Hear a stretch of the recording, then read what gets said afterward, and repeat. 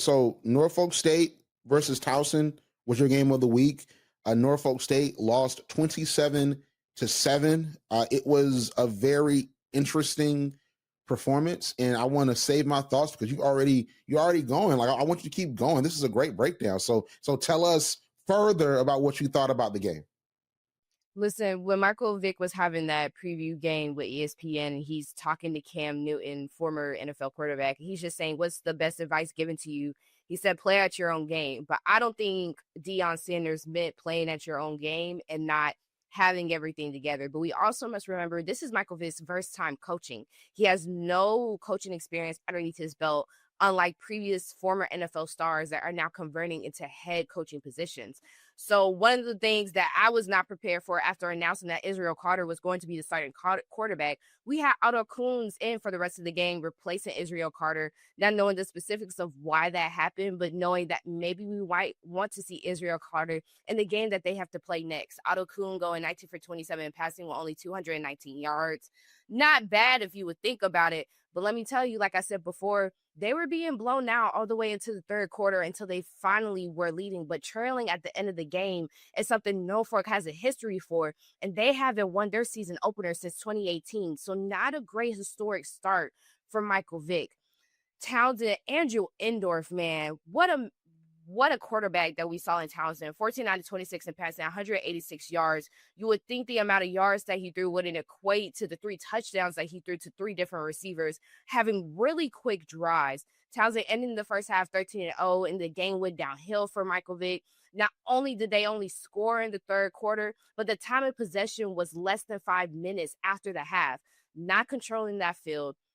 Having some pretty quick, nice little tackles. They did have a sack for a quarterback loss during the third quarter, and they did have a forced fumble on Townsend. But other than that, there wasn't much action during the game. And if you're looking at the game and then you look at these game sacks, the third and fourth down conversions between Townsend and Norfolk State weren't that far off. And then after that, you're looking at the first down attempts, not so far off either. I think between 3 or 4 first down attempts that they had. Field possession of the game, of course, Townsend had 31 minutes of field possession, and Michael Vick's team in Norfolk State only had 27. But when you're looking at this game, there's not much difference between what Townsend and Norfolk State did besides the penalties that were going on, besides the drop passes that he had in his receivers, and the forced fumble that they have.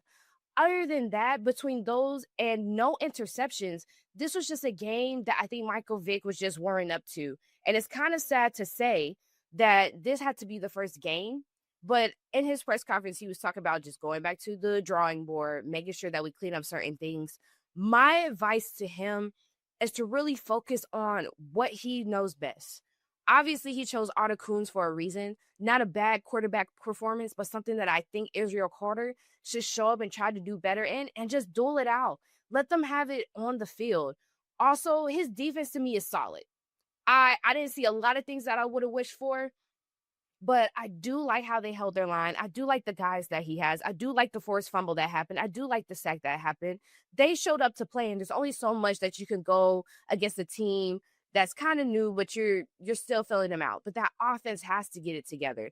There's something in that backfield that has to be done. They have to have more weapons at running back, have to have more weapons at wideouts, have to put their tight end in the game. There are just certain things that he is going to have to go back in the locker room and be like, this is what the offense has to do. And I think he has a little bit more of a competition before he really gets into these conference games that, hey, I can solve this when we're playing South Carolina State, when we go against Delaware State, when we go against Morgan State. There are things that I feel like he is going to figure out. But just for off of performance-wise, comparing it to Deshaun Jackson with the turnover at the 1-yard line that they had in the first quarter, with 3 forced fumbles that they had on Delaware, besides the 2 interceptions that Delaware had on Delaware State, Marquise Gill, just an amazing former MEAC freshman honoree as a running back. Having that performance was great. And I think that they should take some of those things from what other teams are doing around the MEAC and just run with it. Not a bad performance, but I was just a little disappointed in seeing that this was Michael Vick's first game. Yeah, like it's so many ways to go about it. If you remember in our preview show, I said that I think that South Carolina State's going to win the conference again, but I was rooting for Michael Vick because I think it's good for business. How they played is not good for business at all. It's not, because this is not sustainable. This is not successful.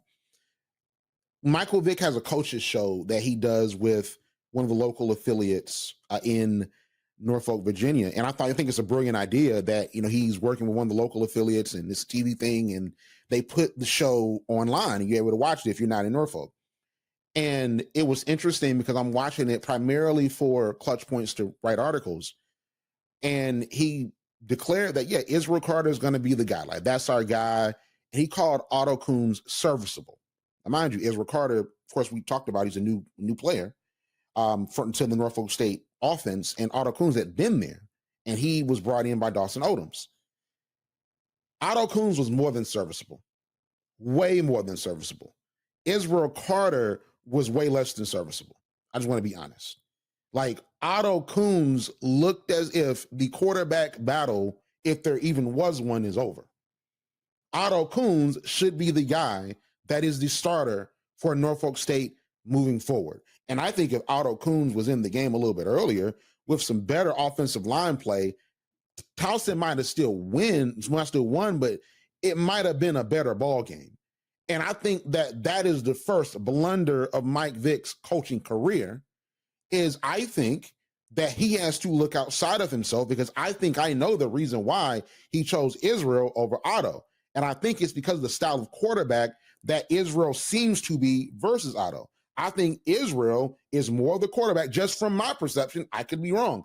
But from what I see of Israel, he's more of the Michael Vick style quarterback, more of the athletic. He can throw, but he also can run. He can extend plays. I feel like that is more of what Israel is versus Otto being, yet Otto can be mobile, but he's more of a pocket passer. And I am someone that is pro quarterback that can move his legs, be an athlete, can be a playmaker on the field. But to me, for how that offense looked, especially the run game, which with Kevon King, I was surprised it was so anemic, but I think it was more of the offensive line than it was Kevon King and the running backs. You needed someone to jumpstart that offense. And Otto came in and jumpstarted the offense. He did like a shovel no-look pass on 3rd and 5. It was in the second quarter. He came in, he looked off, did like a Michael Jackson, not Michael Jackson, a Magic Johnson. He moonwalked too, but a Magic Johnson no-look pass. I'm like, Otto is showing out. Why was he not on the field to start the game? That was just a bad move. And I'm not saying he can't cure that, but Otto should be the guy. So when I hear the comments in the press conference saying that, well, we're going to still see it's going to be a battle, it's not a battle. The battle is over. Otto is your guy. Go with that experience and go with your eyes. It ain't June no more. It ain't July no more. It's definitely not January or December 2024. I wish it was for a lot of reasons, but it's not. It's right here. It's September. Use your eyes. Otto is the guy. And I think ultimately what they will see is that, listen, Otto is the guy. But I think that Norfolk State would have looked better had Michael Vick chosen better by just putting Otto in. I didn't understand that aspect of it. But I want to go broader here because I want to toss back to you to sort of get your thoughts on this. I think what we saw in this week one, and I'm going to go out on a limb here because I could be very wrong, but I think that we are seeing the decline of the celebrity coach. I think from Michael Vick, Deshaun Jackson did well, but Deshaun Jackson, and especially Bill Belichick, we're seeing the decline of the celebrity coach as we see it. And I'll explain why. Because I wrote an article about it on Clutch Points. I think that people have a perception of the celebrity coach, the coach that has no college football experience, but they have other professional experiences as players or as coaches at the NFL level. And there's been plenty of other former NFL players and coaches that have succeeded in college football. But it's current Deion Sanders crop that came in after Deion. I think that people see them as the equalizer for recruiting, for getting big name guys, and substituting the lack of college football knowledge with their NFL knowledge. I don't think that works anymore. I think that for Deion, people don't look at the fact that, number one, and we talked about this before, he had the spring season, which he failed in that spring season. It wasn't successful. He didn't make the SWAC championship. And he says, get us now. He gets Shedeur in, he gets Shiloh in, he gets some of his other guys, and they make that run to the SWAC championship and the celebration of that first year. That team is better the second year. They dominate the SWAC, make the celebration bowl. Of course, they lost both those times. But he goes to Colorado with Shedeur, with Travis. They struggled that first year, although it was an improvement. Second year, they're 9-4. What people don't see when it came to Deion is two things. Number one, he had experience at Jackson State, and he had an experience where he had to struggle, then he succeeded, even though it was in quick succession and it was an anomaly because of that spring 2021 year.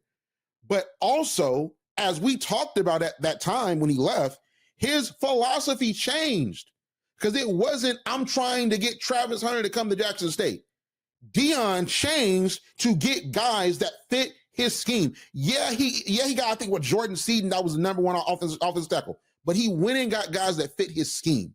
I think that the celebrity coaches, the Vicks, the Belichicks, the Deshaun Jacksons, all these coaches that have this hype coming in, that people think, oh, they're stars, they're going to get all these highly touted players, they become regular coaches, essentially. Because the celebrity that we think is also glamorous gets stripped away, and now it's based on the X's and O's, it's based on the preparation, it's based on the culture that you set, and the guys you get in that might not be the number one recruit, they might not be the number one quarterback, they might not be the number one offensive tackle or defensive tackle, but they're guys that fit the scheme. And I say that to say for Michael Vick, is he's going to have to be more Eddie George than Deion Sanders.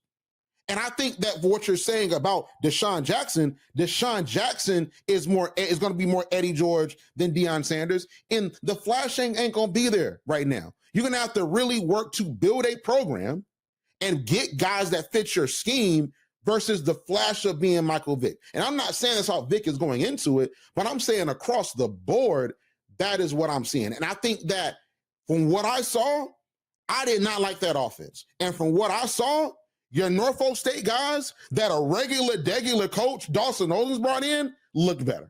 That's how I looked at it. I don't think, in that sense, that's a fair analysis. Because if we're talking about celebrity coaches, Bill Belichick and Deion Sanders and Eddie George have all had coaching experiences before they got in the position of a celebrity coach. Eddie George was a coordinator before he became a head coach. Deion Sanders was a high school head coach before he got into this celebrity. Same way with Bill Belichick. He was a coordinator and head coach for different NFL teams before he got his success in Tom Brady. So all of them do have experience in coaching positions, whether they're short or whether they're extended terms underneath 5 years.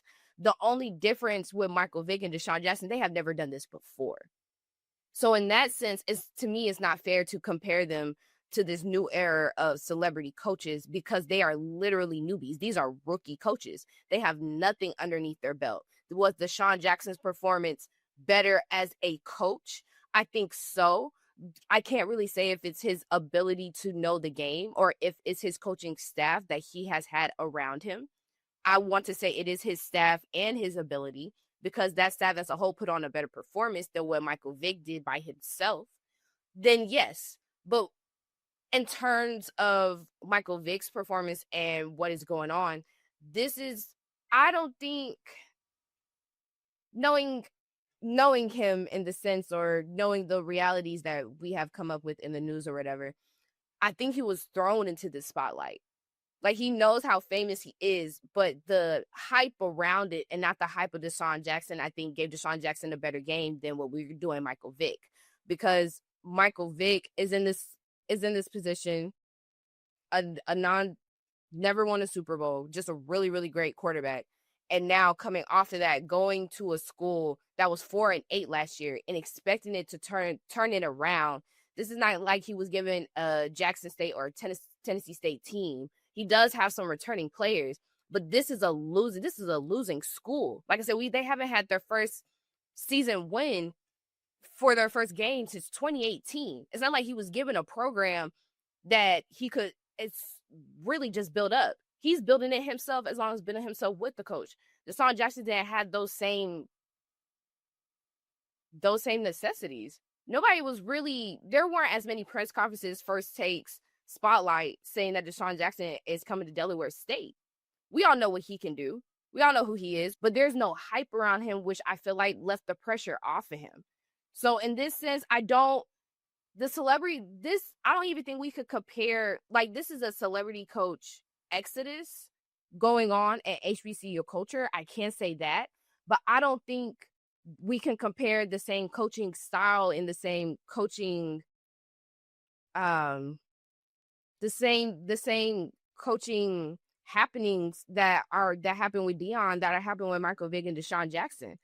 Because like I said, Deion Sanders has had experience, high school and college level, and now going on in Colorado. These two players have not. So this should be a separate analysis, a separate dissertation of what it means to be a celebrity former NFL player going as a head coach with no experience. And they're starting that. One just had a better outcome than the other. And going back to your point with Otto Kuhns, I think, to me, that's safe. And I may be wrong. He didn't have a bad performance. I liked his little toss. I like how he stood his ground. But I want there to be a quarterback battle because sometimes it's not always going to be safe.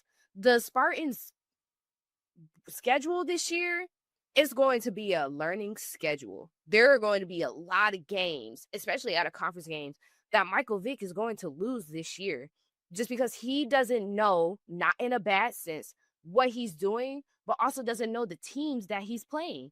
He's probably done the research like how we do our research every week. We can watch tape, we can interview people, we can look at what's going on the screen, but he does not know these schools.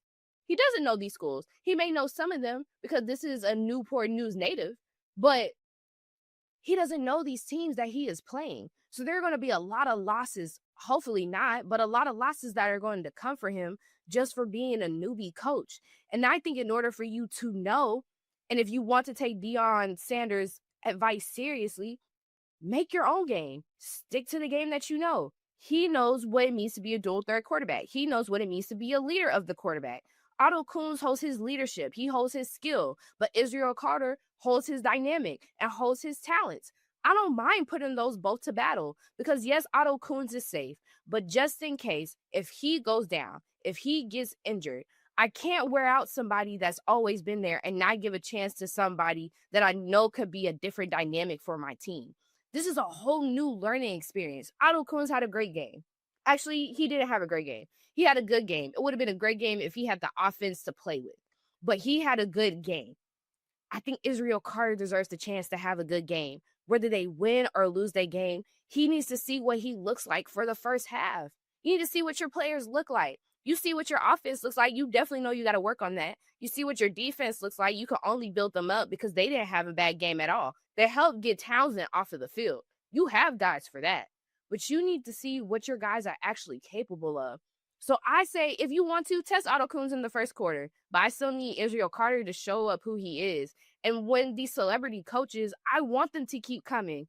But if you're going to choose celebrity coaches, you have to give them the benefit of the doubt that when you choose them, these are coaches that are not having the route of Deion Sanders, that are not having the route of Eddie George. They have no coaching experience at all. This is just something to keep them in the game. And whether they are going to take this to the next level or whether you're going to have to replace them in 2 or 3 years, let that happen. But right now, everybody is in shock because you're taking a celebrity, you're taking 2 celebrities that have been great and putting them in an experience that they have no experience in. Just the professionalism of having great history in the NFL. And we have to remind ourselves that there has to be grace shown. We're not going to say like that wasn't a terrible game that he put on, but I can't grade him harshly because this man has never been there before. And I hope that these next games are going to be better. We've seen what he needs to develop more, but I still want a quarterback battle. And I still want to see what these coaches have with the new coaching experience that they never got trained for. I think that's real. I think what you're saying is very valid. I think that in my point about the celebrity coaches, I think that a lot of people are putting the platform and what they achieved over actual experience. And I think that what we're seeing is like in the media profession, for example, like people think they can do what we've done and what we went to school for, what we've cried over, what we paid tuition for, or was paying student loans for. They think that they can do it without the expertise because it's easy, right? They think it's easy. So, like, for example, you can't just go out and be a doctor, because you have to actually know what you're doing, because that's a life or death thing. Like, there are certain fields of expertise. You can't just be an engineer without having some level of understanding of what the field entails and what these parts and these different things are. In media, they see the camera, they see the microphone. You can easily buy them because they're consumer friendly. You can go to Amazon, get it, go to Best Buy and get it, go to Guitar Center. They'll help you set it up at Guitar Center. And they think, oh, we can do what y'all do. We watch football too. We do this and that. I equate that to what's going on in the world of a depth of expertise where people think that, oh, it's easy. I can just go and do what Trey Oliver does. I can go and do what Dawson Odoms did. Oh, Dawson Odoms wasn't good at Norfolk, so we can go get Michael Vick to be better. But I think the reason why they think Michael Vick will be better is simply because he's Michael Vick versus it being, regardless if it was Michael Vick or whoever, a different coach that inherits good players from Dawson Odoms' tenure and brings in other players that fits a scheme. And I think it's the same thing with the Mac Brown, Bill Belichick transition. With Deshaun Jackson, it's different because I think it was some coaching issues with Delaware State that Deshaun Jackson has sort of a blank slate to sort of like uplift and do things differently with Delaware State. But I think that when it comes to the celebrity coach, I just think that people have to have the expectation tempered down, because it is not just a Michael Vick thing. It's more of a Bill Belichick thing as well. But to tie in the HBCU side is that there's people thinking that just because Bill Belichick got 6 rings in the and he went to the Super Bowl, and he was successful, as a defensive coordinator and with the Patriots, that he's just going to be good in college. College football and the NFL are two totally different games. And we can go so many different ways. We can go and say NIL, we can go and say revenue sharing, we can go and say the transfer portal, but even the expertise of the players. That man played with Tom Brady for the majority of Tom Brady's career.